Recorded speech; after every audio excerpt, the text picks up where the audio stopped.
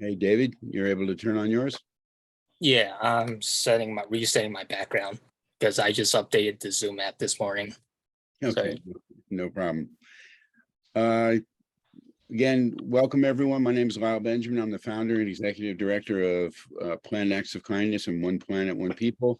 And we're going to go through an orientation where you're going to find out more about our organization and the opportunities that you have in order to go ahead and, as we say, be the hero. Before I get into, more specifics, what I'd like to do is have everyone just introduce themselves, say who they are, a little bit about their background, maybe what they studied in school, what type of work they've done, and then why they might be interested in participating with our organization. And that way I get to know you a little bit. That would be great. And then you'll also have the opportunity to have one-on-one meetings with me after the orientation, where we'll go deeper into your background, your interests, and set up a custom program for you. Okay. This is just a lot easier to do orientations this way because, I have limited time. Okay. So why don't we go ahead and get started? Harim, turn on your video, please. And who would like to go first? I'll go first. Okay, George, thank you. All right. My name is George Custis. I am recently retired software developer. I went to college in upstate New York for computer science way back prehistoric days, in the 1980s. And wait, they had computers back then, George? They did, but you had to put punch cards into them. Everybody's probably looking at me like, what the heck is a punch card? But yeah, they did. And by the time I got out of college, actually the personal computer was just being born. Which school did you go to? Did you go to Rochester? I went to SUNY Potsdam. Ah, okay. Yeah, very cold. And so yeah, it was a good school though. It was actually a very good school for computer science. And I ended up working at IBM for many years and left to form a startup company, did some work with speech recognition and so forth. And cool. I had a good time. I like developing software, which is why I'm interested in doing something, giving back a little bit to the community, but doing what I like to do. Great. And that's why I'm here. Well, excellent. And we'll have plenty of opportunities to go ahead and really expand the area that you can go ahead and impact other people's quality of life through your skills. And that's what we're looking to do. So I'll enjoy talking to you later on as well. Great. Okay. Thank you. Okay. Yeah, George, why don't you pick the next person to go? Oh, you're on mute. You're on mute. Sure. Sorry, I have to pick someone who looks like they're Victor, you look like you're ready to go. Sure, why not? My name is Victor. I'm from Africa, Nigeria. I recently moved down to New York. I am CEO of Element Global Limited. I have a company in 2 countries, in Ghana and in Nigeria. My company is into entertainment, book publishing, and real estate. And when in high school, I was into a charity organization called Peer Educational Trainers, which is helping young individuals to know about their sexuality, their rights, and more about their hygiene. So we were exposing these young individuals to know more about the dangers and the health side of it and how to take care of themselves. And we're doing that across West Africa and East Africa as well. Then I also finished from Harvard Business School. That was 2020. I got certified as an entrepreneur. And I just recently got married and moved down here to New York. Congratulations, Thank you very much. right? On the marriage. I'm not sure about the New York part. All right. It's okay. I'm in New York City myself, and New York's a Um, mess, right? And New York's a mess right now, but We all know that. So, that's okay. all right. Okay, great. Well, you're going to find that we have a lot of different types of programs, and you know, you're able to focus on the international aspect of you know, of what we do, so that you can really go ahead and reach a lot of people who are in need, because one of the things that we deal with is really balancing the inequalities that exist, okay, on a global level. So there's lots of different ways that we do that, and that's what we're going to share today. So welcome. Okay, Victor, you pick the next person. All right. Before I pick the next person, I want to say what interested me was in your organization was the fight for human survival of human race. And funny thing about it is the world has moved on so quickly that we do not pay attention to this basic needs. And it's easily that we don't cater to people, and we want to acknowledge these things and help people. We so much just want to help ourselves individually, because we always say we want to help people, and helping people is also helping ourselves. And when I did the charity organization and peer educational trainers, seeing these people being satisfied and being knowing having this help and getting this medication, getting the help they needed, the joy they had also helped me too, and gave my life more meaningful purposes. So more like you're helping them, you think you're helping them, but the You're more helping truth yourself. about it is you really helping yourself to be a more better person, and you being a more better community, a more better world for everyone to live comfortably in. And that's why I'm willing to join this race, not just to do it in a smaller scale. Like I told you, I was doing it in West Africa and East Africa, and I was doing this since I was doing it in high school, just because I have love for for reaching out and helping people, because I know how much it benefit me also, and how Sure. much it benefit other people. Well, So moving on, that's the karmic aspect of what we do. So very good. that's Okay, great. So I next. would like to pick David. All right. Thanks for choosing me, Victor. Just glad to be here with all of you today. So yeah, again, I'm David. I'm recently a graduate from Rochester, New York, where I attended Rochester Institute of Technology. And my college major was information technology. And the reason I chose it was because I was initially interested in web and mobile development. But however, being at an internship where I was being exposed to more of an enterprise environment, where I learned more about different aspects of related to service management, that really changed the way I think about things, not just to like focus too much on the technical side, but also it's important to remember the value of serving. So yeah, that's also a point that I heard from Victor a lot, from what he was talking about when he said that when you're helping others, you're helping yourself as well. That's the value that I slowly started realizing. I'm still working on improving. And once I realized that, I shifted towards focusing on project management, which was my primary focus for the last year until I graduated recently. And now I'm looking forward to have the opportunity to gain further practical experience in project management, where I could not only manage multiple kinds of projects, but also be able to focus on other aspects or other environments where I could potentially use my skill sets, and not just being in the IT environment, because I know from personal experience so far that can be stressful and sometimes stagnant when you have to rely on yourself sometimes to build up the skill set. So yeah, I would like to have more practical experience, and yeah, just being more exposed to the outer world, not just Sure. And that's exactly what we do in our our internship is really a mentorship training program. And you know, I'll get into that also, because that's one of the offerings that we do. But it's designed really to bridge the gap between what schools provide for education, for education's sake, and careers which really require hands-on experience. And what's really lacking in a lot of the school models is that hands-on experience that benefits other people, as well as the project management aspect of everything that you work on.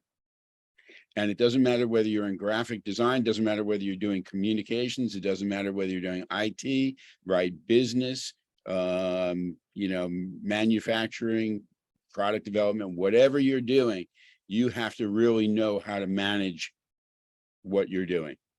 And so we actually have a proprietary system that I developed. It's called the Pomoros system, and it stands for project management, and then objectives, research, outlines, and spreadsheets. And those are the components, the 4 components that you've got to know how to develop properly in order to go ahead and manage your project to have successful outcomes. And even if you're volunteering with us, you're going to learn about that system because it will enhance everything that you're doing. Okay. So we've had people who have been retired, who have been very, like George, very successful in their careers, very, very high level people. And they've looked at what we've done and said, wow, okay, I can see where this can be useful, right, for myself. And I wish I would have had this, right, when, I was running my business or when I was running my department or whatever. So you'll get the opportunities for that. Okay, very good, David. Cool. Okay, next. And just because you're not chosen during this little exercise here, right, it doesn't mean that you're not valued equally to everyone else. Okay, it just so happened that the gentleman today went first, right? It probably means that the ladies are probably, right, more valuable than we are. So we were saving you to last so we wouldn't get intimidated. Okay, so David, choose. Which one of you ladies want to go first? Oh, that's too diplomatic. Okay. So I guess I should choose just to save time. About Kyoka. Did I pronounce it right? Yeah, correct. Thank you. Hi, my name is Kyoka, and I'm living in Seattle right now. I came to Seattle about 5 months ago from Japan, and I'm majoring computer science. And next year, my OPT will start, so I want to be a front-end engineer. So before that, I want to experience web development as a team. So that's why I'm here. Sure.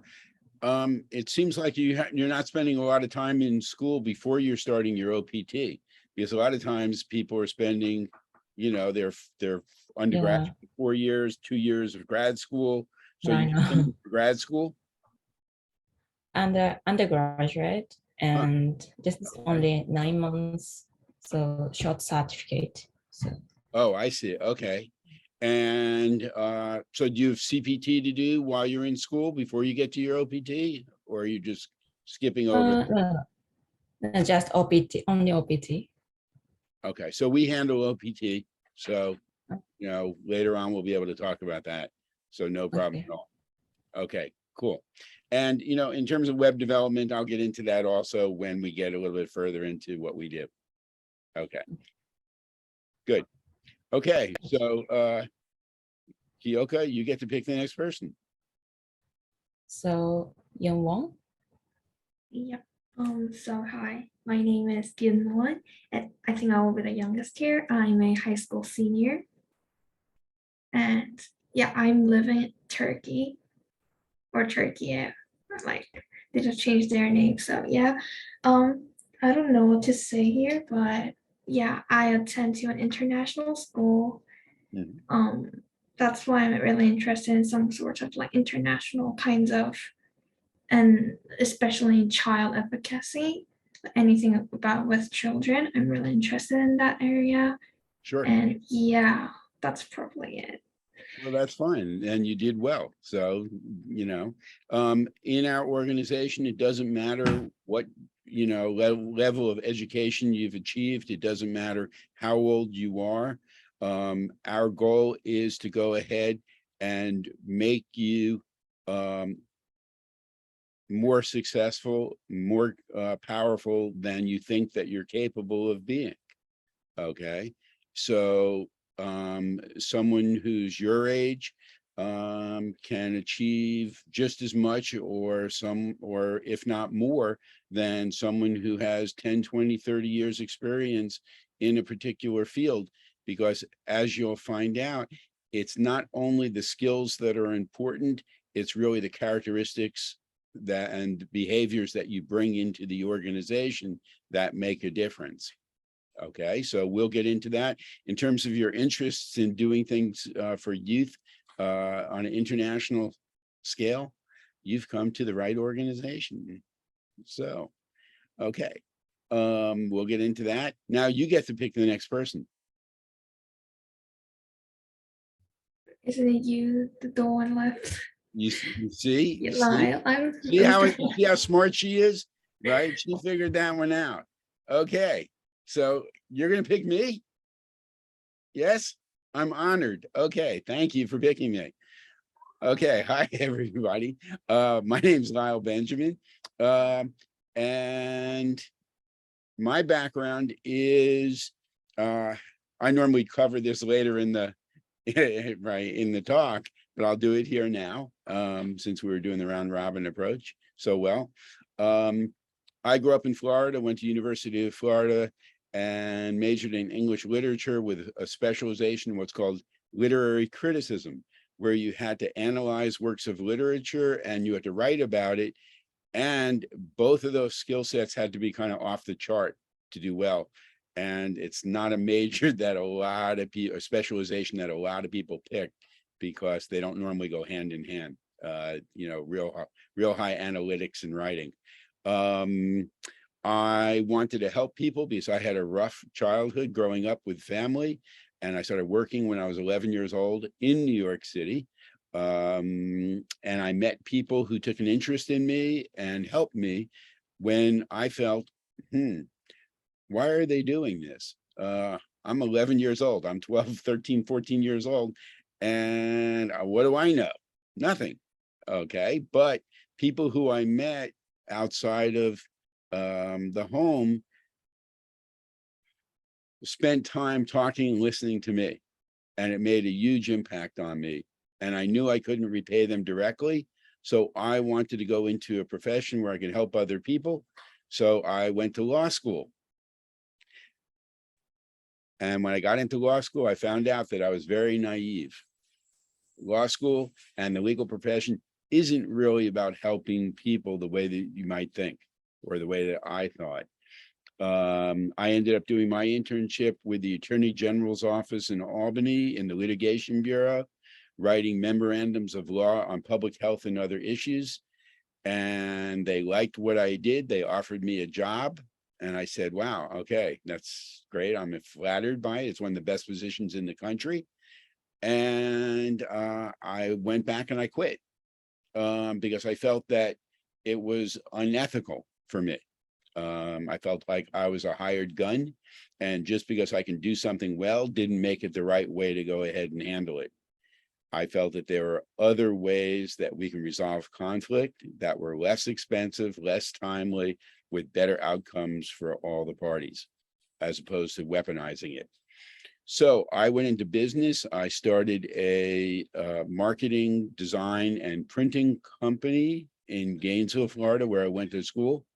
And that was an extension of some of the work that I did when I was an undergraduate, where I started the school's first literary magazine.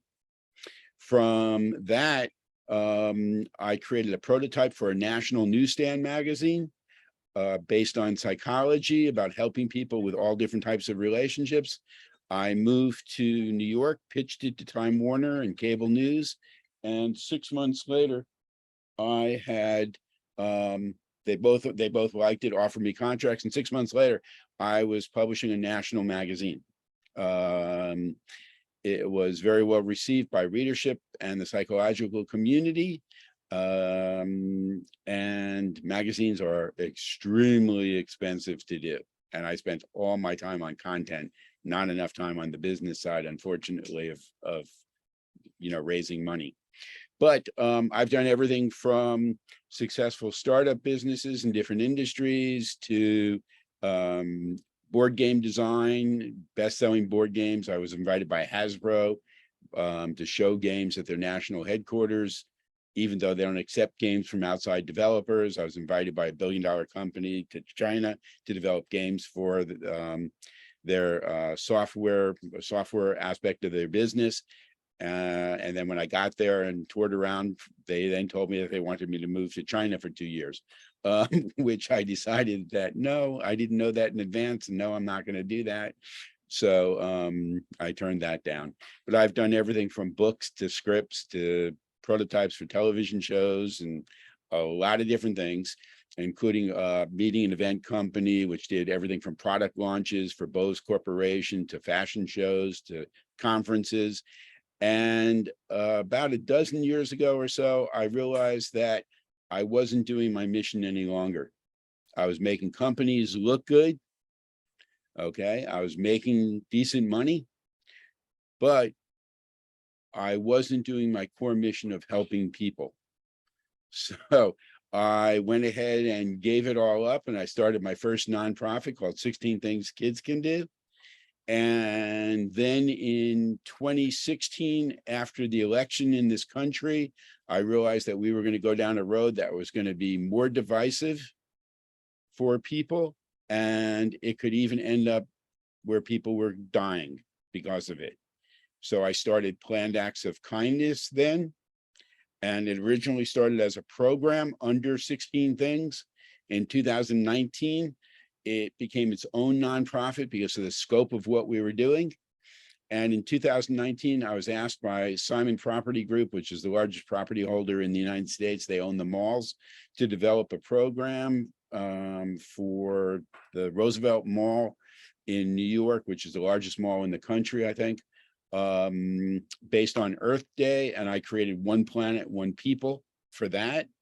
And that grew into its own set of programs. And in 2021, it became its own nonprofit. And with COVID, we were supposed to launch a series of books. In February 24th, 2020, I was speaking at the United Nations and presented a book on youth mental health, which they agreed to do. They loved it. And then 2 weeks later, the UN was shut down. In March of 2020, I was asked by the Wesleyan Church, which is an educational church global, but in the United States and Canada, they've got 1,700 churches. And they asked me to do a book on family issues, everything from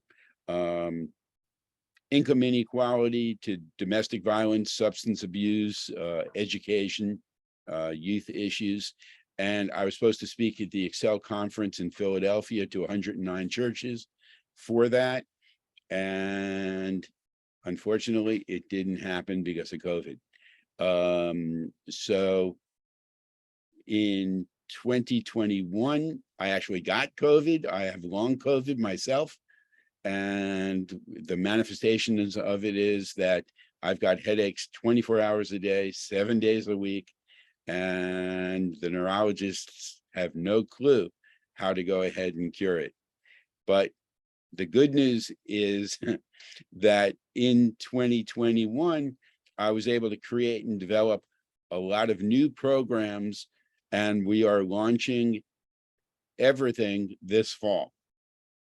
So what you see behind me is the one book. It's a book that I wrote that's coming out September 19th. And it's a guide to the different programs and initiatives that are encompassed by our 3 nonprofits. And it offers really the solutions that are needed to go ahead and push back on not only the tipping point issues, but on economic, health, and social inequities that people face around the world. So that's my introduction. Okay, thank you for listening. It was a little bit longer. Okay, but hey, I got the floor, so what the hell?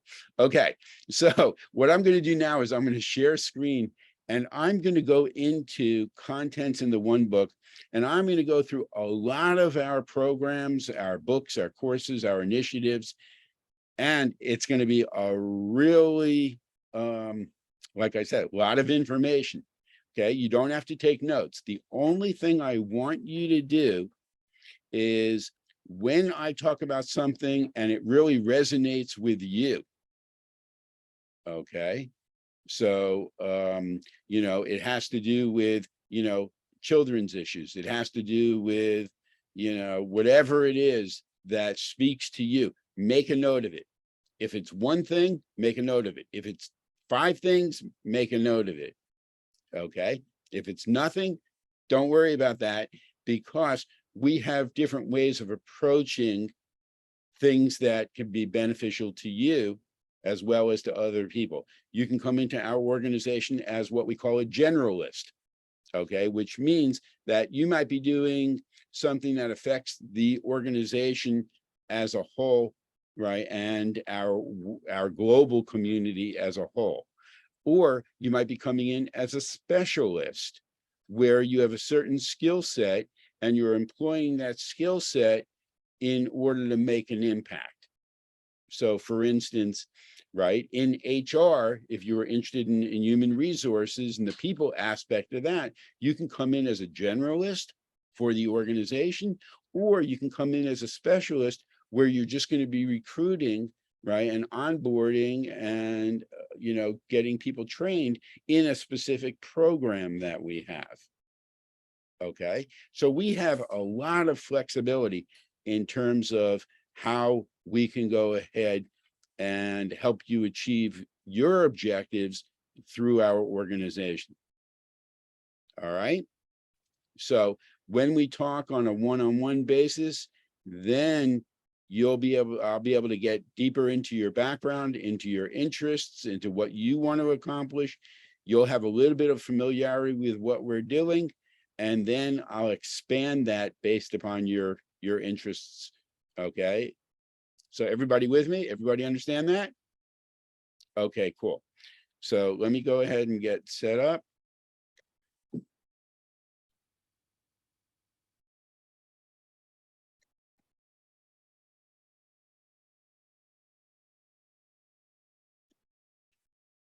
And now I'm going to share a screen.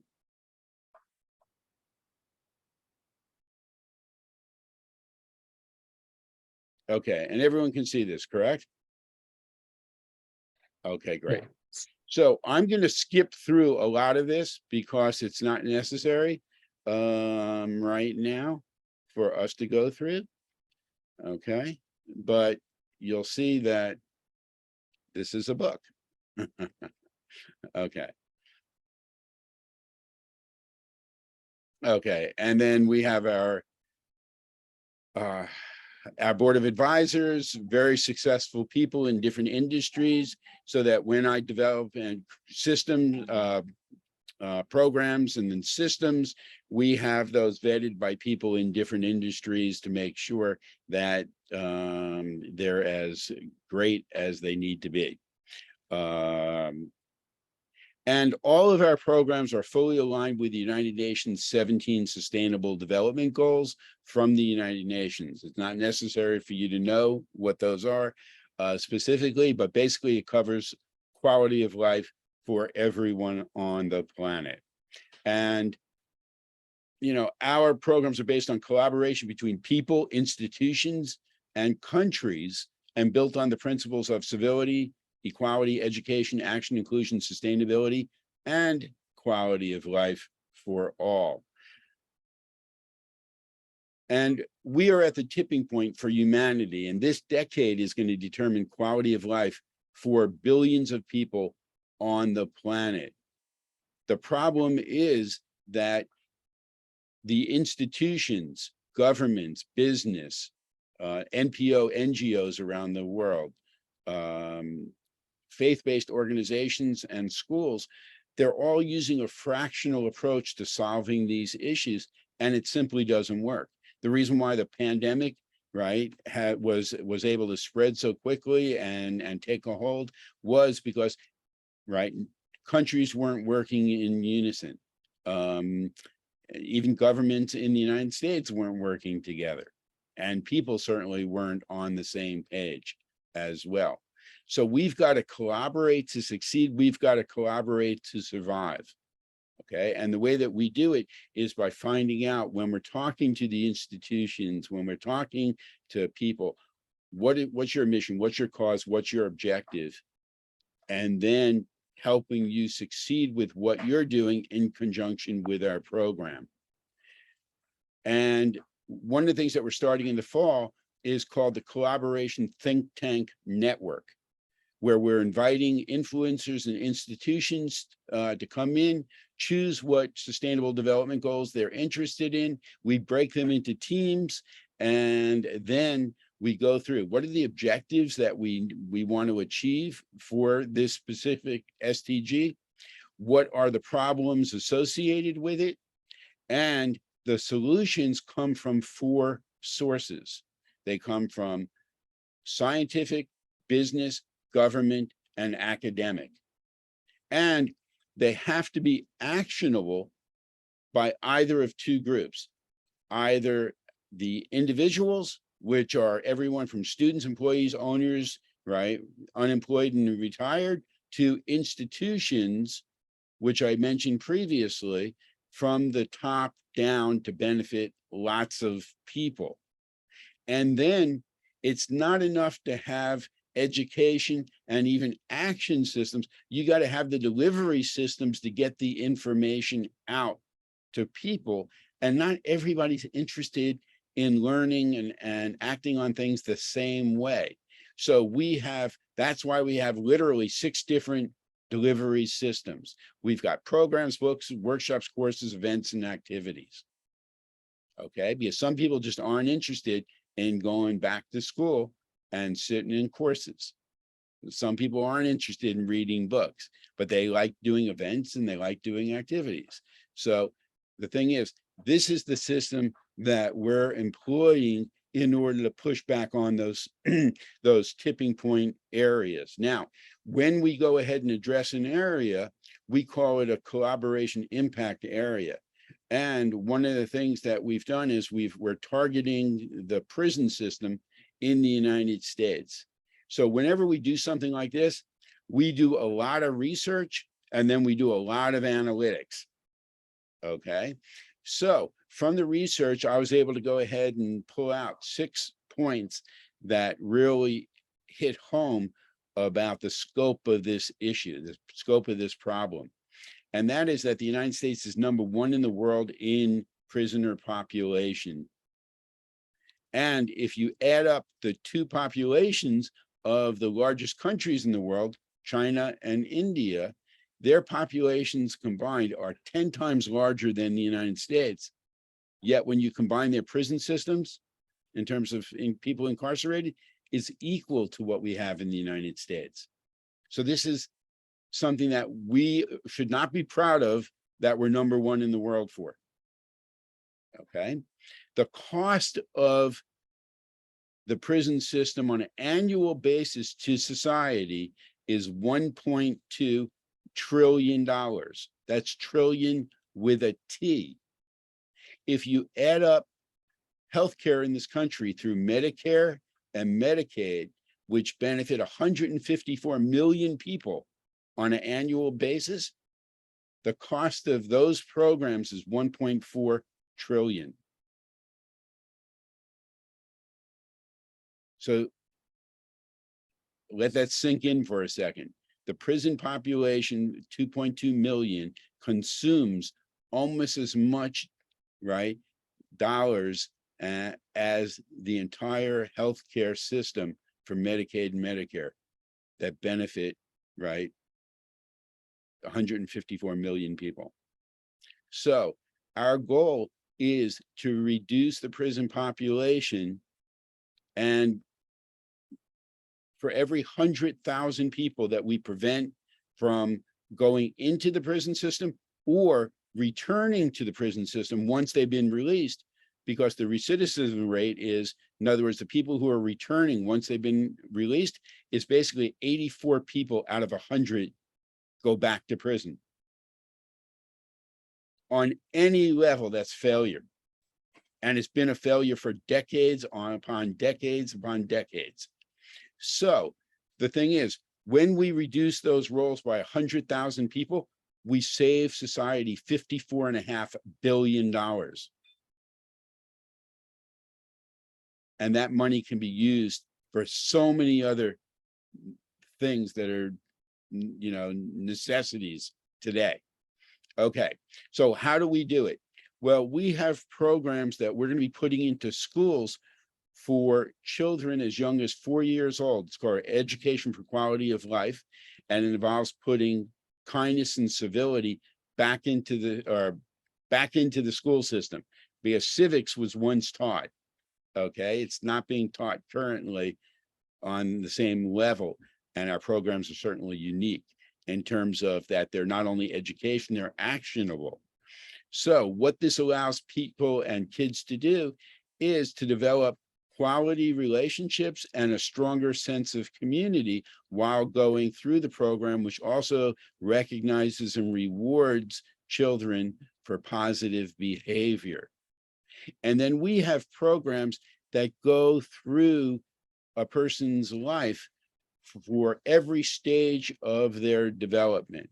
We have programs that can go into the home. We've got programs that can go into faith-based. We got programs that can go into NPO, NGOs, into government, into businesses, into your careers, into, your elder years. And what this does is it forms a support system for people so that they don't develop the antisocial behaviors that might put them into prison in the first place. When we talk, there's this, whole big debate for decades and decades about gun violence and escalation, and how we need to raise the legal age for purchasing weapons, as well as all these other things. And that's all well and good, but it doesn't address the root problem. The root problem is, right, that children today and young adults and adults aren't socialized properly. Okay. And when they're socialized properly, they would never even conceive of picking up a gun and using it against other people. And that's where we need to be in society, regardless of the number of guns that are in the country, okay, or available. And this is what the program can do. And then also putting it into the prison systems to reduce the people who are going to return into prison. So when you have these programs in place, you get the benefits for the direct program that you're dealing with, but also you have a reduction in gun and domestic violence. You have a reduction in racism, religious and gender intolerance. You've got a reduction in substance abuse. You've got a reduction in people's anxiety, loneliness, feelings of isolation, things that lead to depression, that lead to suicidal tendencies, that lead to suicide. Okay. One of the things that I was just reached out to by someone who I've known for a few years, who runs the suicide prevention services throughout New York City as a nonprofit organization. And we were talking about how this is a much greater need today than it was even 2 years ago, because of what's going on with the pandemic and people's isolation and everything else. And we're going to team up on a 16 Things book in order to not only bring awareness to it, but also bring funding to it, and have the ability to really affect people in a very positive way. So this is an example of how our programs can positively impact society on multiple levels. Okay. And you might decide that, hey, that's something that you want to go ahead and work on. Okay. Now, with the collaboration think tank, we also have collaboration think tank volunteers that are professionals with different skills in different industries, and they'll be invited to come in. And there's 4 different paths that they can choose: data and analytics, meetings and events, marketing and public relations, and business development. And then we have ambassadors, okay, which are people in other countries who will work to promote the programs in their own countries and internationally in order to benefit kids, people, and the planet. So that's our community think tank network and programs. And one of the things, like I said, we do is a lot of analytics. And, you know, what we're going to be doing is working to change people and people's attitudes about the severity of this and the real need to go ahead and have that collaboration. And some of that comes from emotional stories. Some of it comes from the data as well. So the one book is the Collaboration Guide that explores all of these problems and solutions. And it's the like I said, it's the collaboration guide needed to help solve social, environmental, economic issues on a local to global scale at your company, faith-based or nonprofit organization, government agency, school, network, or home. And now, what I mentioned earlier when I was talking to you all about your backgrounds, one of our missions is no matter who you are, you're more connected and more powerful than you may think. And we're going to show you how you can go ahead and really utilize our programs, leverage what we're doing, where you don't have to know everything in detail, like what I'm going into about a particular program to have that impact.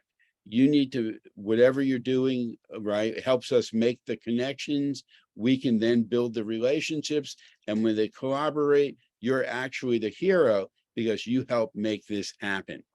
So if you're interested in, let's say, doing things with youth and doing things with school systems, we have already researched all the different avenues that you can explore in order to have that impact.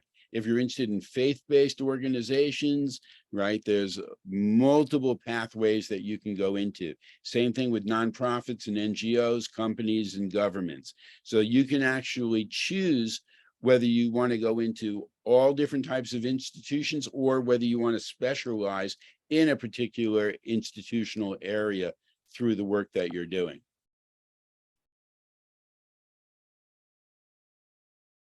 Okay. And we also have, I'll just get in. We also have work-related opportunities for people when they've come in, they volunteered for a while, and we see that they have the right mindset and the right characteristics. They're also able to transition into some of these areas where they're compensated based on the work that they do. We have something called the Karma Constitution, which governs what we do worldwide. We have the Karma Club, which is a foundation club for planned acts of kindness. And the way it works is every day people wake up and on their cell phone computer device, there's a new planned act of kindness that they can do with their friends, family, co-workers, and in their community. And the goal is to have millions of people in the United States, hundreds of millions of people around the world, waking up and doing the same exact planned act on the same day and unleashing that much positive, powerful energy into the world. The keys to living happier, healthier lives, it's not how much money you make, it's not how many toys you have, it's not how many drugs you take. It's really the quality of your relationships and your sense of community. And that's what planned acts enhances in people. But the problems of the world, like climate change, pollution, pandemics, war, terrorism, and the inequities that we talked about, they're not going to be solved by governments and companies alone. Okay, we already talked about that. They're going to be solved by ordinary people like you and I working together on common causes with a common focus.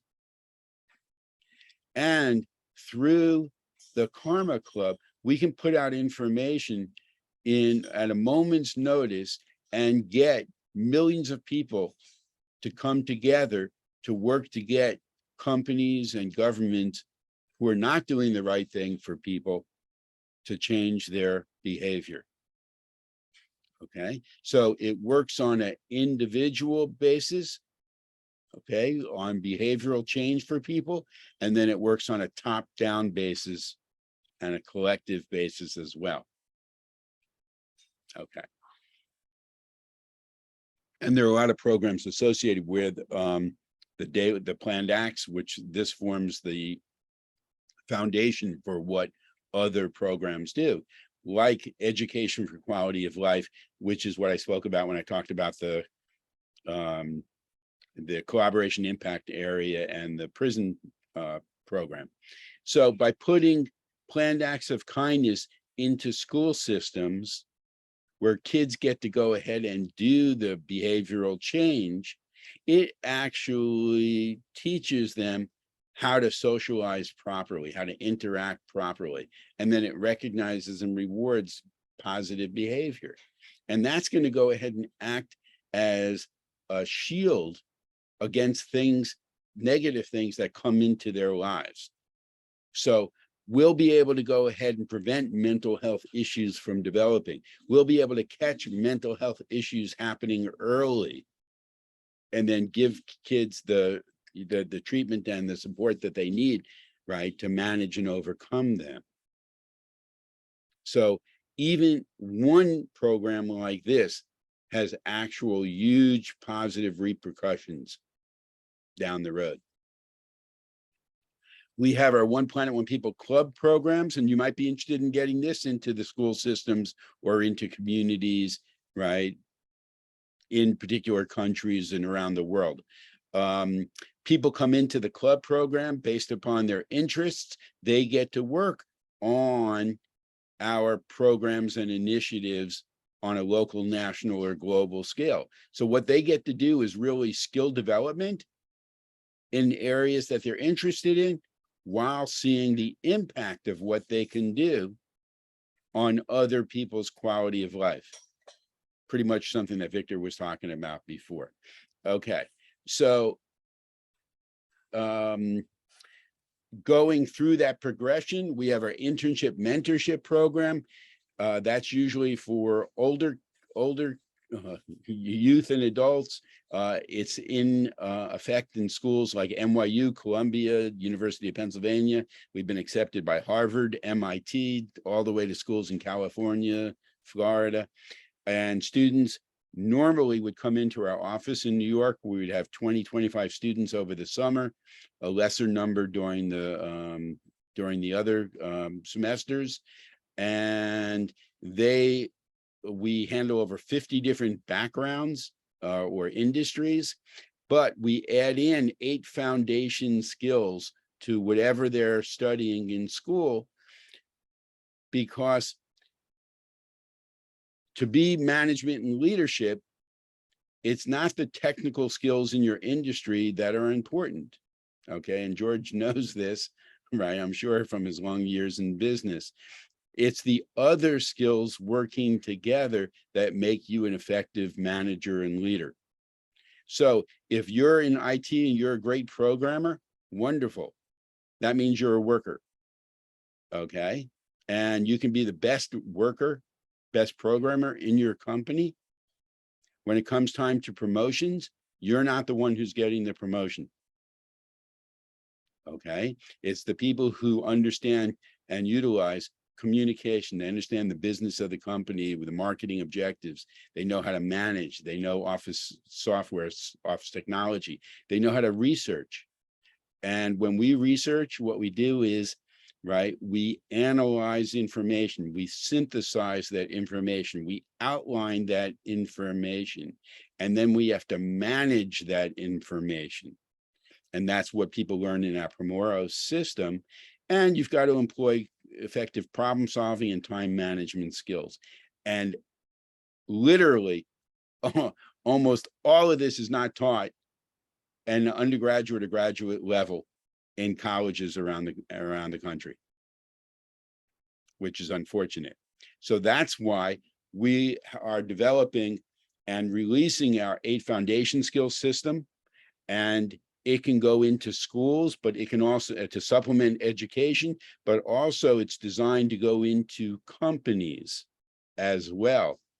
So this fall, we're releasing something called a course called the Work-Life Balance Collaborative, and it's specifically targeted towards HR directors, HR management, and management in companies, so that they can come in, they can spend 6 weeks learning how our programs can help their companies with their corporate social responsibility, their HR, human resources, their public relations, and their ROI, right, return on investment objectives, while bringing programs back into their companies that benefit people's quality of life.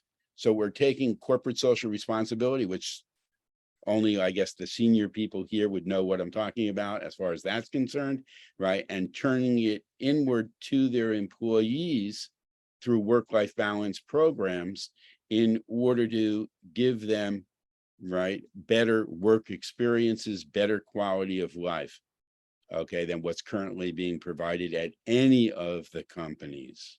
And we'll get into that. So we have a whole course, a series of courses that we're bringing into companies. That's our career track management certification courses.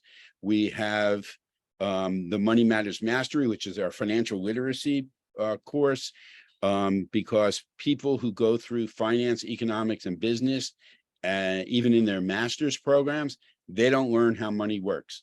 All they learn is the Wall Street way that money works, and Wall Street works for Wall Street. Wall Street doesn't work for 95% of the population.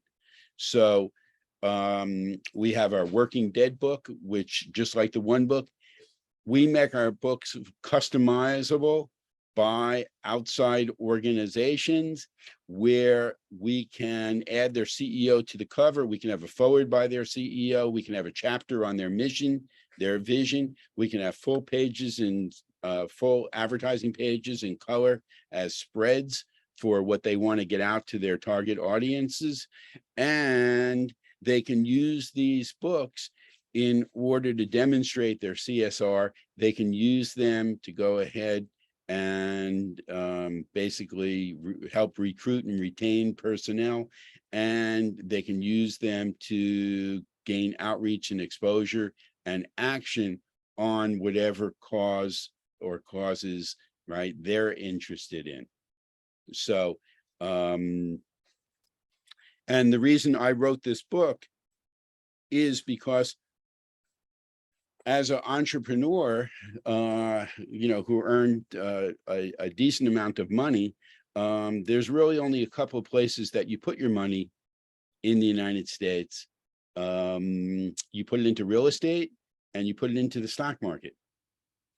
Okay, so I did both of those things, and real estate was always a pain in my, with the stock market, regardless of what some people might tell you, you don't earn money in the market. You either win it or you lose it. So I won money and I lost money, but it turned out that I lost 6 figures in the market. And I'm middle class. I couldn't afford to do that. I had 2 kids that were going to be going to college. So I wanted to know why we don't really know what we don't know. Okay. And it wasn't just because I was an English major. So I became a licensed financial advisor, and I did a lot of research, which I guess is kind of obvious about how we do things here. And I uncovered a lot of information about why the institutions do what they do, why they don't share what they do with us in terms of what we need to know. And the fundamental reason is that they all make money from us not knowing, and they need a lot more workers, okay, then they need people who are in leadership capacity. And if you have enough money, right, where you don't have to be a worker, right, you're not going to be a worker. Okay, so the book goes into the concepts that, you know, everyone really needs to know about how money works, but it also goes into the solutions that you need to have a financial foundation, regardless of who you're working for, so that you can build for that quality of life for yourself, your family, and your future. And we're releasing that book. We have a schedule of our releases every month from September through December. We're releasing a new one of our books on the 19th of the month. So the one book is released September 19th. The Working Dead is October 19th. The 16 Things book, which we'll get into in a sec, is in November. And another book, the Legacy Lifelines Memorial Edition, is going to be in December. And then the collaborative think tank, even though we'll be talking about it all fall and getting people involved and having meetings, it officially launches in 2023. January 1st is the launch of our year of One Planet, One People, where we start to bring all these institutions and people together around the world. And then on January 19th, we officially release the collaboration think tank. Okay, so that's the time frame, in case some of you were wondering. This gets into, you know, what we do with financial quality of life. We actually have programs that can go into the institutions that are supplemental to what they offer through their defined benefit plans with their employees. And our programs give a lot more benefits to not only the employee, but they're also available to contractors, spouses, and children, which their current plans are not. Okay.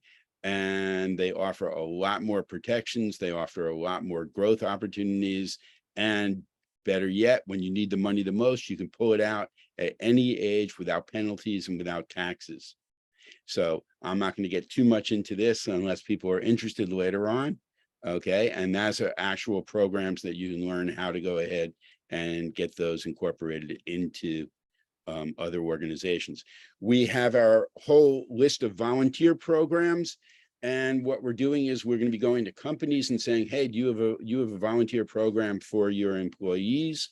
Okay.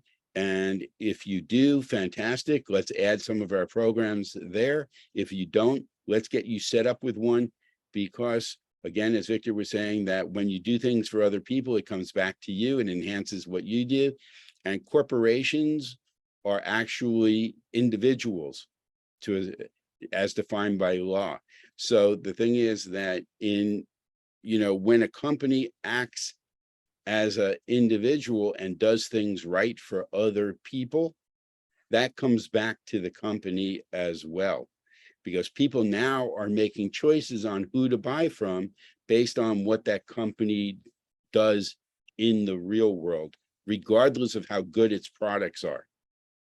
If the products are sourced right and they're using, let's say, child labor, or they're not paying competitive wages, or whatever they're doing, they're hurting the environment, and some people find out about that, they're not going to buy that product just because, right, they're not good citizens in the world. The company's not good citizens.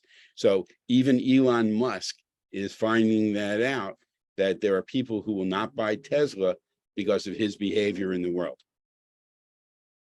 Okay, so we help make these companies into good global citizens while going ahead and benefiting the employees and also, right, people that we're working to help.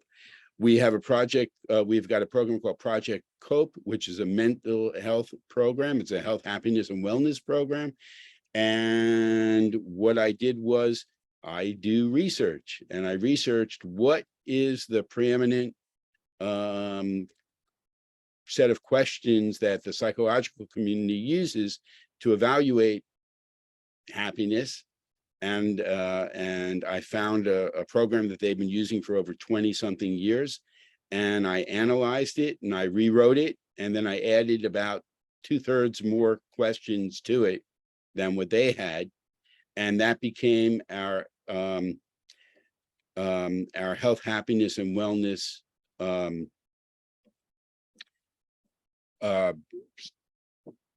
assessment that people take. And when they go through that, it determines what their baseline score is.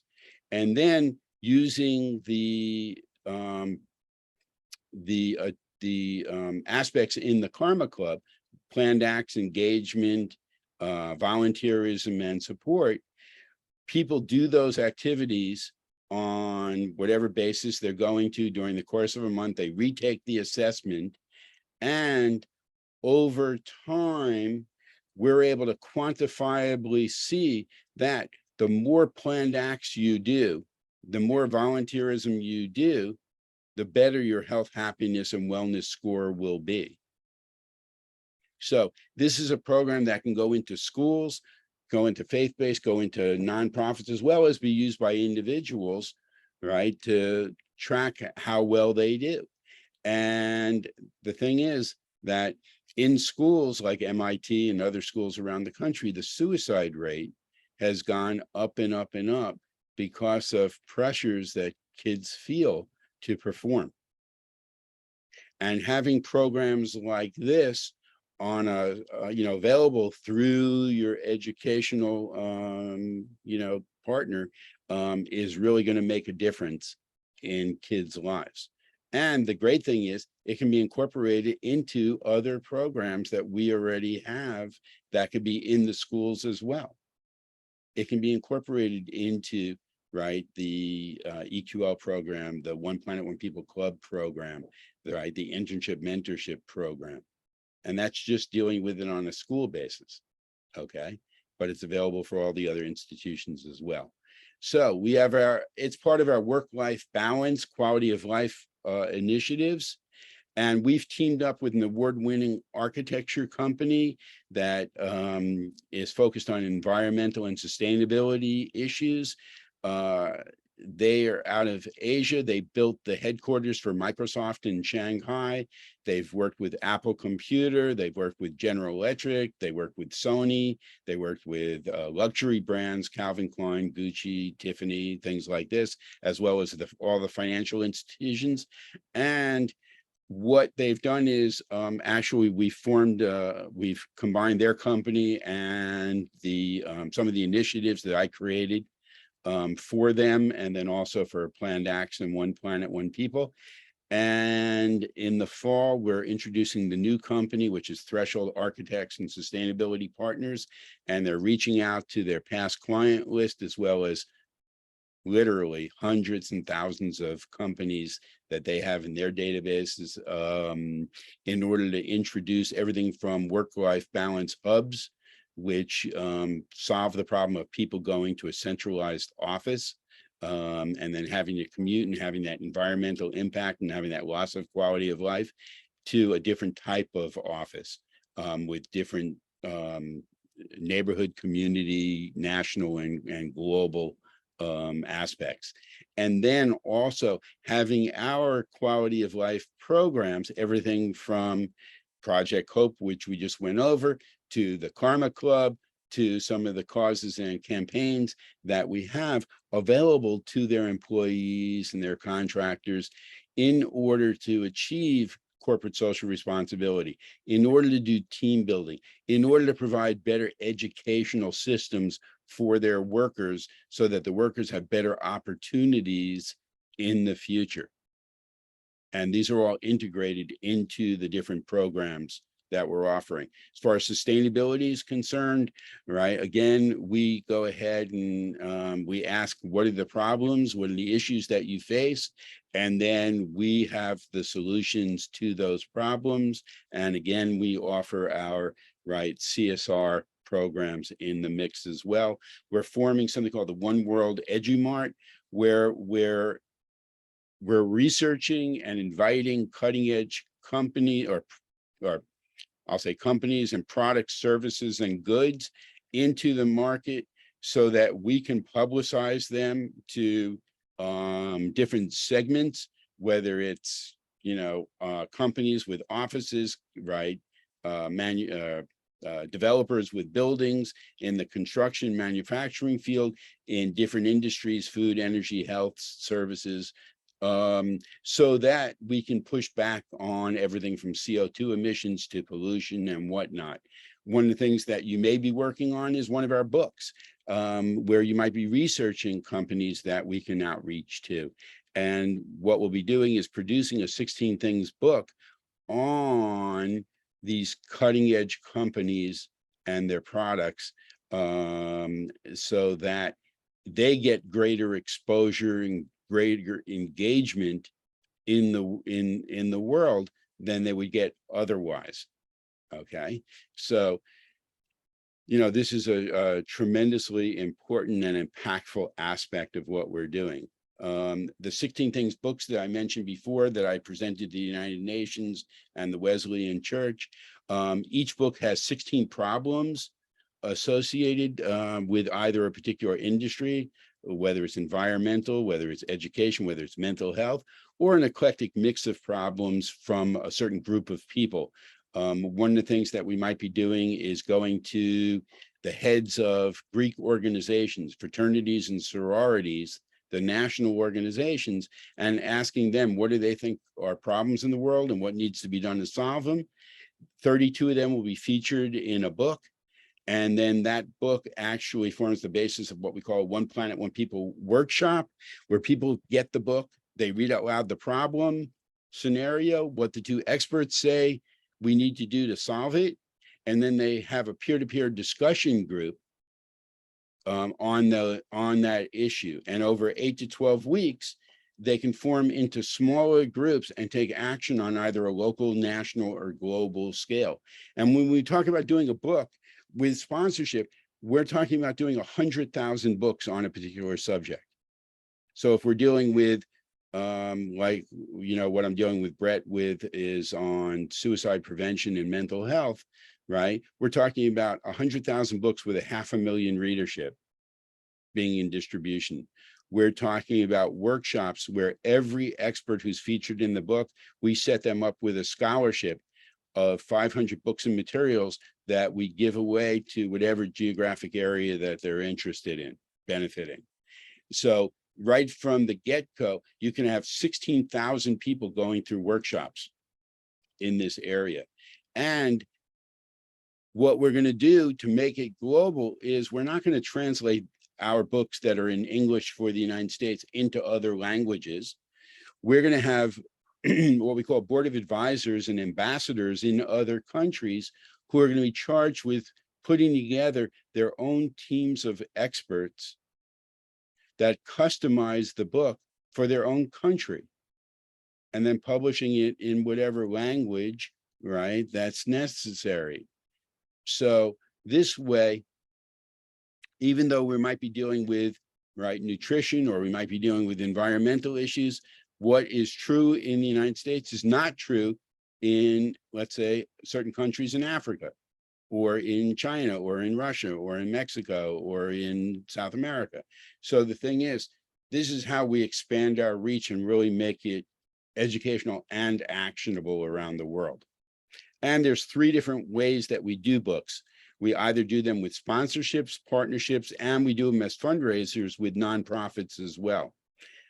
I'm going to skip over a few things and I'll be winding down. Hopefully I'll just get into the causes and campaigns next, and then we'll wrap it up and I'll answer any questions that you might have. And then I'll give you the next step on how to go ahead and set up your one-on-ones with me so that we can go ahead and create your custom program. In November, we're releasing the Legacy Lifelines Memorial Book. Actually, this is in December. And it's a book I wrote which allows people to create a keepsake to keep the joy and the happiness of a lost loved one alive for themselves, their family, and future generations. And what we're going to be doing is getting sponsorships for the book where companies can brand them with their own information and then give them out. And the goal is to give them the families who lost loved ones due to COVID-19.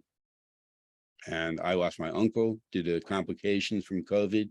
There's a lot of people, right, who, suffered losses and their time was cut short And this is a way for them to recreate that person's life, the positive aspects of their life, and then share that with family and friends, and really have something they can pass down to future generations. And this is one of a series of books that we're doing, memoirs, friendship, and intimate relations are three others in the cycle. So you might be working on that. I couldn't hear what you said. My phone, my watch is talking to me. She wanted me to repeat it. She liked it so much. Okay. Now we're getting into campaigns. So this is how we go ahead and do outreach to a lot of people to get exposure for the programs that we do. So, you know, one of the things, especially in the United States, we're kind of narrow-minded about food choices. What we think of as Chinese food is not Chinese food. What we think of as Mexican food isn't really Mexican food. And then we really don't go outside, right, those two countries for a lot of the food that we do. So what we're doing is we're inviting well-known chefs from countries all over the world to create a meal that other people can replicate all over the world. Now, if they're a 2-star Michelin chef, okay, you know, we're not going to ask them to create a Michelin meal that costs, you know, $100, right, to go ahead and, you know, do a one serving for somebody. Okay, they're going to have to do a meal from their country that everyone pretty much in the world can replicate. And we're going to publicize that. They're going to publicize it from Monday through, you know, for 1 week at a time. And then on Friday, Saturday, and Sunday, people will have the opportunity all over the world to make that meal and to share it through our app, share it on social media. And for every program that we have things called communities where people can get together, they can share information, they can share videos, they can make friendships with people around the world. And doing it over food is a fantastic way, right, to go ahead and show that, hey, you know, no matter what country you're from, no matter what cuisine you know, you grew up eating, you know, you can go ahead and really increase your quality of life by having more friends over food. So, okay. The SAW challenge is what we want the institutions and people to adopt when they have their get-togethers, and we want people to smile and wave at the end of their meetings, because we don't always treat ourselves very well. We live in incredibly stressful and difficult times with everything that's going on. So we need to smile more. We don't have a lot of opportunities to do it.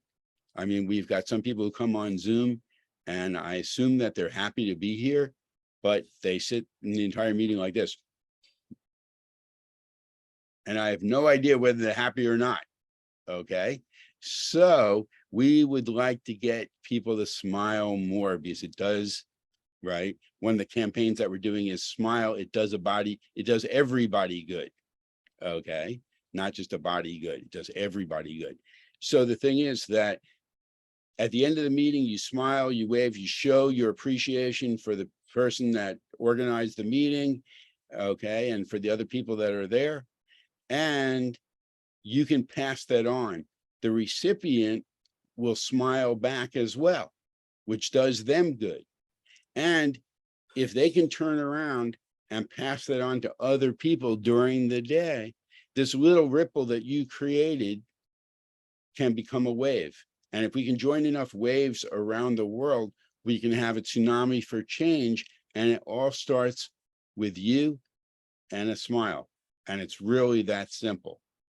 So when we go into schools, we're going to be introducing this. When we go into companies, we're going to ask the companies to adopt it. Okay. So anybody like that program? If you like that program, give me a wave. Okay. Some of you, I can't see whether you're waving or not. Okay. So most people like it. David doesn't like it. Okay. No, So- that's not necessarily true. So you do like it? I prefer to stay with the generalist track because I'm still figuring out what I really want to do. I mean, Right. all But- these sound important. I still That's great. Thank you. Just because you're waving doesn't mean that that's what you're going to be working on. Okay. So, you can still go ahead and be a little bit knowledgeable about what we do. And you might meet somebody that you might want to pass it on to because they might want to work on it. Another thing that we're launching is the Great Pizza Peace Plan Challenge, because pizza is the #1 food in the world that people like. And we're going to be talking to pizza companies to get them to put this program on their pizza box. And it's called Delivering Peace with Every Pizza. And on the pizza box, it's going to say, take the pact pledge. Okay. And that is, I hereby make a pact to treat others with respect and kindness and to go through life from this day forward, acting towards others as I would wish to be treated myself. This is Lyle from New York for plannedacts.org and One Planet, One People. And the goal is to have this done in countries all over the world, to be in all 200 countries with millions of people taking the pact pledge on their cell phone through our app, sharing it on social media, and you can drill down into the map. You can go into any country, then you can listen to people saying the pledge, the same thing that you've said in whatever language they speak. So it doesn't matter what their nationality is. It doesn't matter what language you speak. We all want the same thing in life.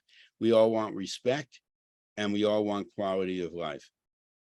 And that's what we're working for, through these programs. So that's the Great Pizza Peace Plan. But in conjunction with that, once a month, we're going to have a Great Pizza Peace Plan party from Friday to Sunday. People are going to be invited. That's the day, that's the weekend that they eat pizza. Okay.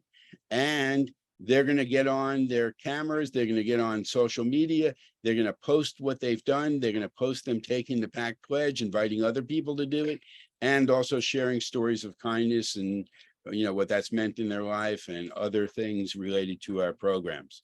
And this is how we create global communities that are doing actionable things, even if they're fun things, together. Okay. We have our one challenge, which is a program that we're going to billionaires to get them to help provide for people's quality of life on the planet. Because during the pandemic, during the first 9 months of the pandemic, their wealth gained almost $4 trillion. Okay, there's only 2,700 billionaires on the planet. If you went to school and you had a college at your school, your college could have more students in it than there are billionaires on the planet. Okay, yet these people control over $13 trillion in wealth. That's like a greater GDP than like 60% of the countries in the world. So we want them to give back to other people's quality of life. And if you haven't already downloaded our app, okay, you can get it from the QR code that's over my shoulder, and you can add it to your phone, and you can go into the nav bar and you'll see that there's these programs that I'm talking about. Okay, and you can learn more about them. We're in the process of adding programs into the app based on the one book, and it will be ready in September, because inside the app will also be the action packs that volunteers can take in order to do the steps that they need to in order to be the hero, in order to be effective in our programs. So you definitely want to add the app to your phone so you can explore more about what we do. We also have the CAP program, which is Crazy Ambitious Activities Program. And in it, there are 20 something programs that go into very specific ways where you can go ahead and be the leader, build a team, do project management, right? And be crazy successful with what you're doing. So if you're interested in doing things with, faith-based, you can reach out and get the Pope to endorse our programs, because of our twin missions of kindness and climate change, which are what his interests are. If you're interested in sports, we have ways to go to professional sports organizations, to go to collegiate level sports, to get them involved with what we're doing. If you're interested in media, we've got ways to get media, government, education, business, all different types of programs are in the crazy ambitious program activities areas. So you can go through that and find something that you're interested in doing. For corporations, we have an A to Z list of what we do for them. We've got sponsorships and partnerships. That's me as a speaker. We also do events. If you're interested in meeting and events and summits and things like this, you can come in, learn about that. We do game development. This is a game that I started, but we put on hold because of COVID-19, because I'm not able to go ahead and interact with people directly, but we need to go ahead and finish the programming on this. It's a really cool collaborative game based on One Planet, One People. And we are working to develop a software-based portal. So if you're really interested in programming, there's a lot of innovations in the portal that make it cool for people to connect around the world.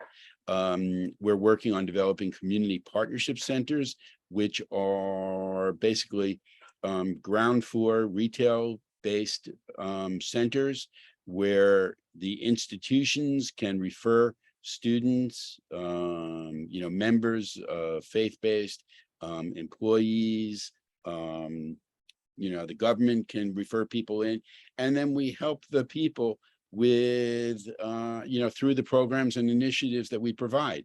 It's not the same as social services. We're not going ahead and helping people get their green card. We're not helping them with a whole host of other things. We're not the YMCA. We're not doing sports programs.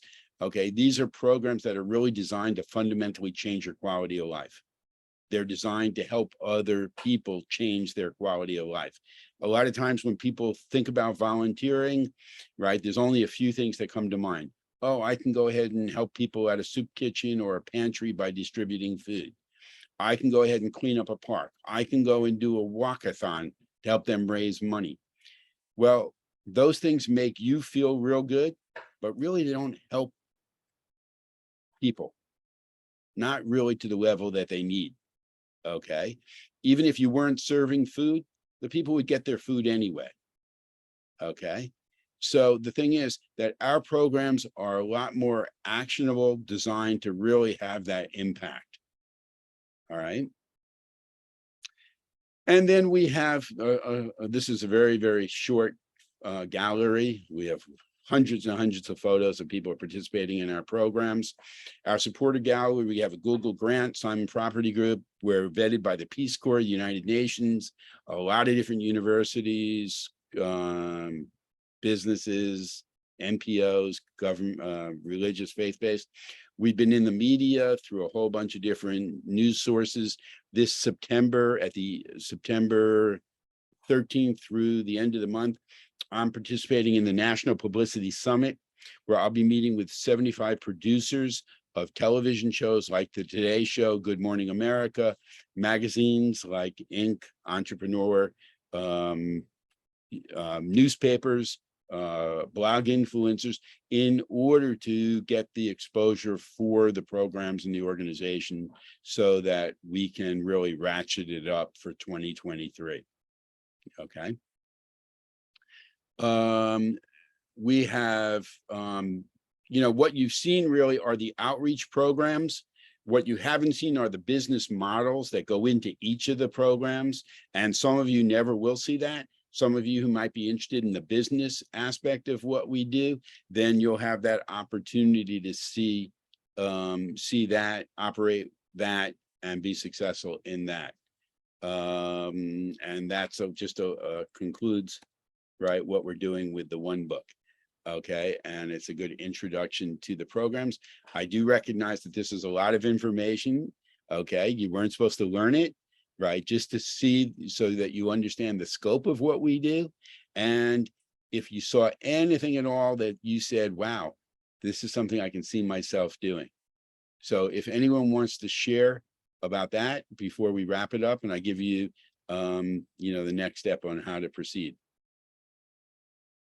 Okay, George, you let it off before, so I'll go ahead and pick on you, and you can go ahead and say, is there anything that you're on mute, if you can open up?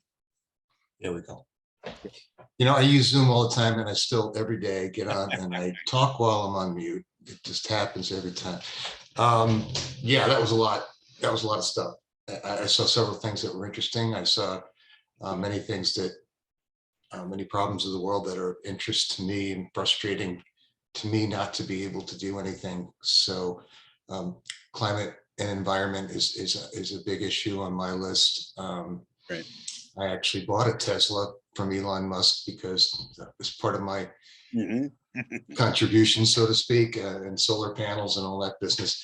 So, that's very interesting. Boy,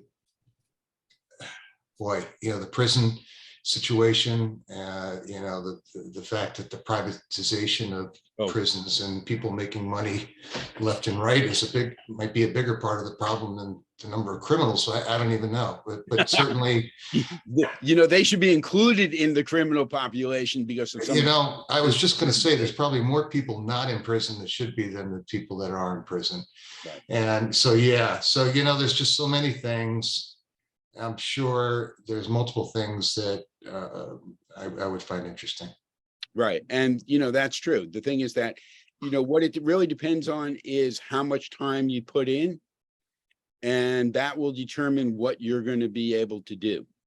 Okay. So again, right, you can be in areas where, let's say, you don't know how to apply your skills to it. That's what we go ahead and help you with as well. And the qualities that are going to make you successful in our program are these. One, you've got to have a desire to go ahead and be aligned with an organization that does what we do. And that's really, really, really focus on, right, other people. Okay. Not, focusing on competition for the dollars so that we get our share and some other organization doesn't get theirs. That's how other MPOs operate. Okay. They have one function, one mission, and they do it so that they say it doesn't confuse people as to what they do. But if you went to Columbia School for Nonprofit Management for your master's, the reason why they really teach you to do that is so that you can compete for dollars.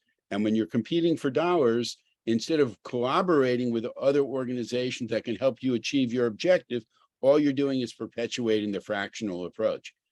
And it's killing people around the world.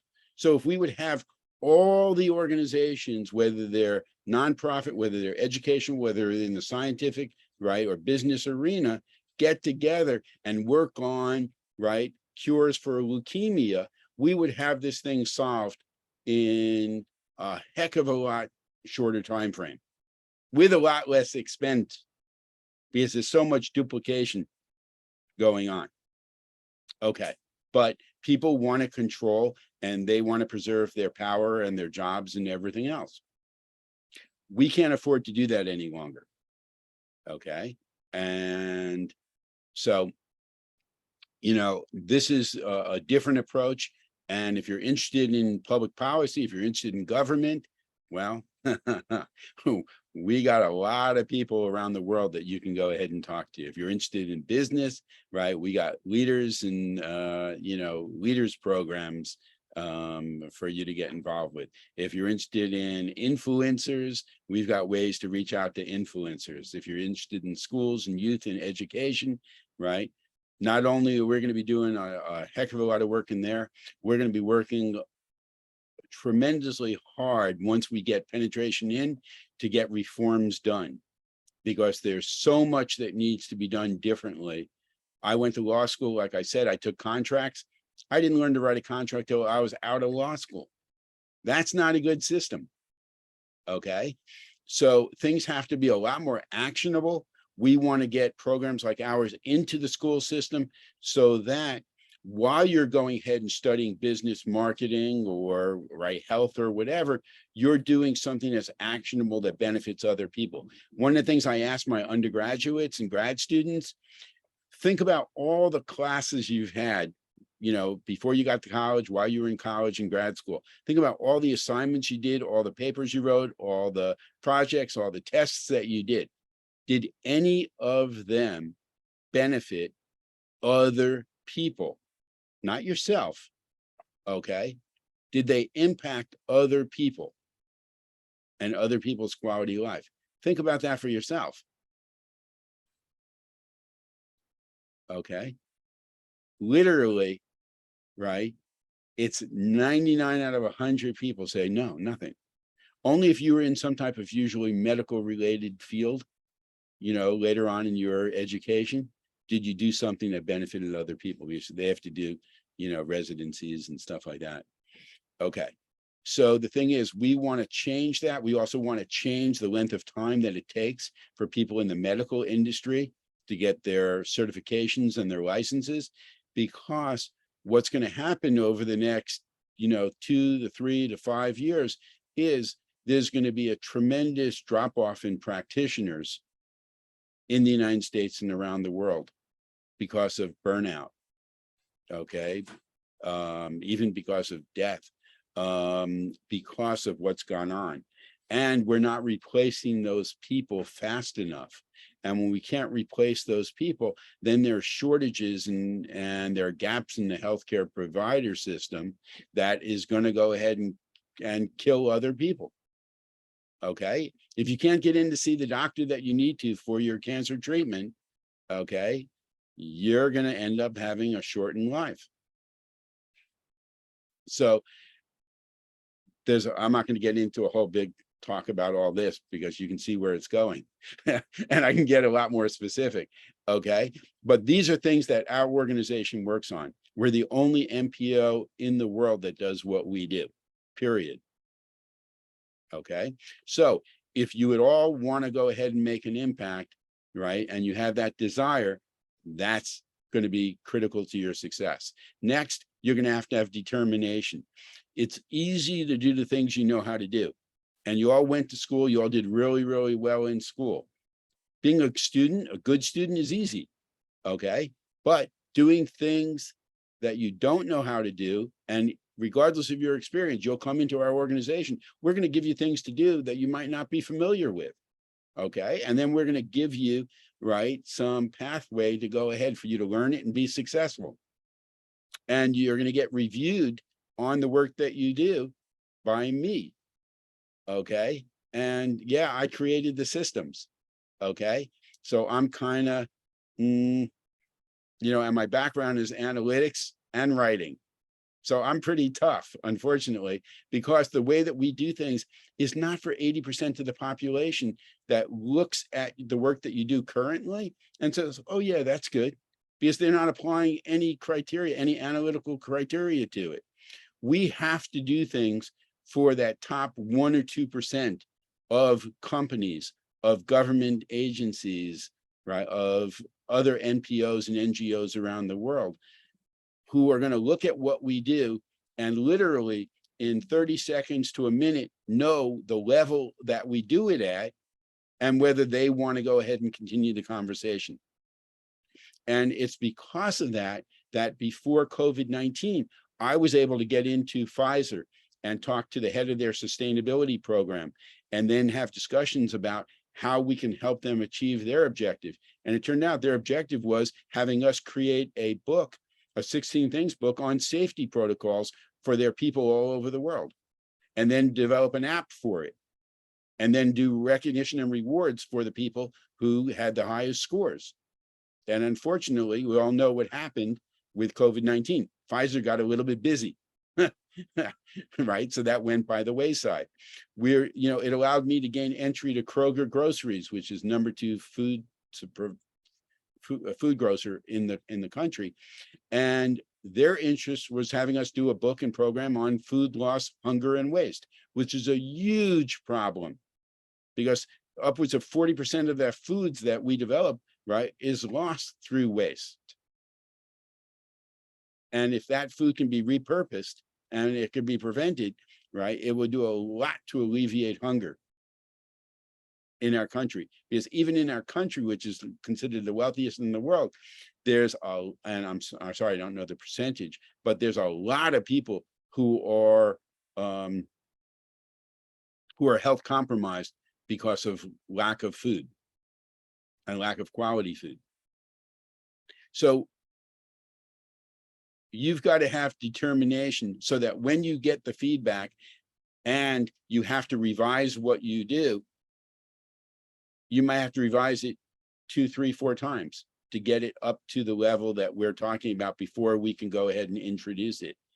And you might not have had to do that before in your student life or even in your professional life. But when we do it, right, you'll understand why we're doing it and, you know, what the background rationale is for it. Okay. And then what we do is we ask you to preserve your work so you can show side by side what you started with and then what you end up with so that you can see the difference. And then as you grow in our program, you'll be able to extrapolate and apply what you learned in one situation to even what we call non-analogous situations. Okay.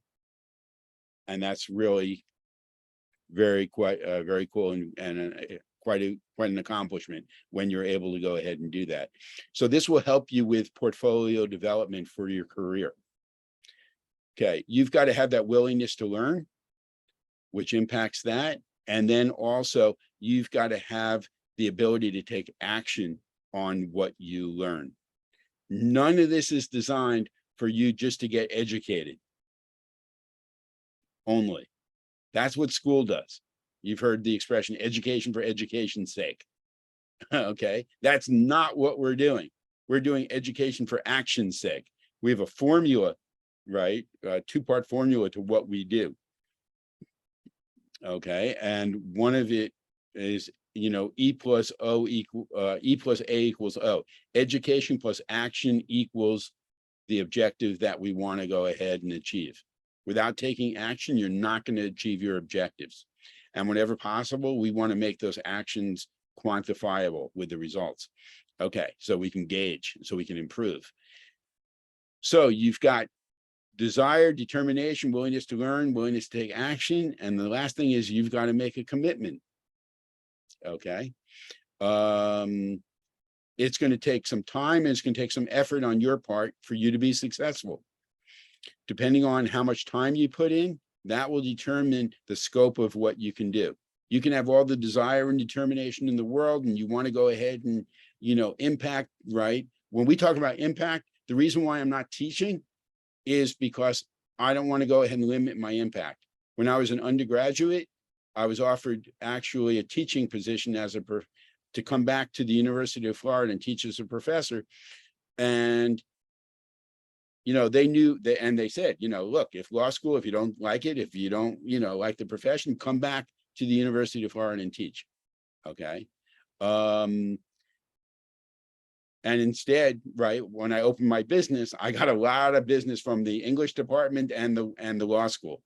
Okay. But I didn't want to go into teaching because I didn't want to limit what I could do, what the impact that I wanted to have to 30 kids in a classroom or 300 kids a year. Okay, that's why I went into doing magazines, into games to help people and things like this, because they can reach a lot more people. The game that I developed, I partnered with a game company. They sold 40,000 games just from people walking into stores and seeing it.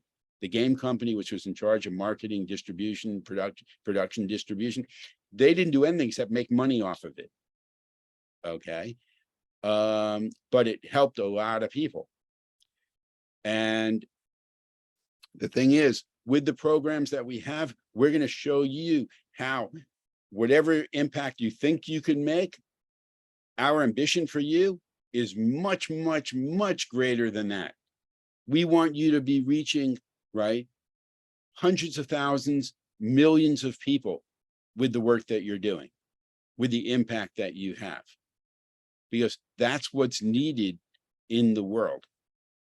And we need a lot of people doing it. Okay. So when we talk on your one-on-one and you tell me how many hours you can do, and that could be any time of the day. It doesn't have to be weekdays during business hours. It can be evenings, weekends as well. I'm available to my people 7 days a week. Okay, literally about 20 hours a day. Okay, this is not a job for me. Okay, so the thing is that you can work on one program, you can work on multiple programs. If you're not sure of what you want to do and what you really would like to do, we've had people who have used our programs to really hone in on what they want to do with their career. So sometimes they try and they work on multiple programs and they learn how to do time management more effectively. And then from that, they're able to see what they really like and what they don't like. And if that's the way that you want us to set it up for you, that's what we'll go ahead and do. Okay, hi Farhan. Hi, running a little bit over, but I'll talk to you in a little bit. You can come on video if you want. Okay, so that's the scope of what we do. I'm going to go ahead and you all should have 2 numbers available. And this first number that I'm putting in 212-213-0257, you can go ahead and send a text message, say who you are, a little bit about your background, and that you'd like to set up your one-on-one meeting with me. And we'll go ahead and Allison will respond to that and she'll go ahead and get you taken care of, get you set up with that. I'm also going to give you my direct number, because once you're in the program, you're going to have the opportunity to go ahead and reach out to me. And there's other people in the organization, depending on what field you're in, that you'll be working with as well as part of our success team. So there'll be more people that you'll be interacting with. If you want to go into management and leadership, we have team building modules, action steps that you can do where you're going to learn how to build a team, how to manage that team, how to have that team help you have the outreach and the impact that you want to have. So if you're involved in IT, if you're involved in programming, you can have a team of programmers that you can actually manage. Okay, because that's how we exponentially ratchet up what we're doing. All right, so my number is the ladder number. You can text me and say hi. You can tell me what you thought of our talk. Right. You can tell me what you thought of my jokes. Okay. I'm not offended by that. That was a joke, by the way. Okay, but everybody's busy writing down my phone number. Okay, so all right. Anybody have any questions right now about anything at all except what you're actually going to be doing? That's where we get into your one-on-one. Okay, everybody good? Okay, cool. So I thank you for your time. I appreciate that. I look forward to working with you all, helping you achieve the objectives that you want to have in service to other people. One of the things, we have a lot of different, let's say, slogans or whatever that we utilize. Be the hero is a big theme of ours, but also, right, be the change that you want to see in the world is another. Okay, so if you're not happy with the way things are going, if you want a better future for yourself, well, you've got to put in some time and effort to get there. Okay, and we're going to help you with everything we've got, right, in order to achieve those objectives. So we have a lot of websites that we do.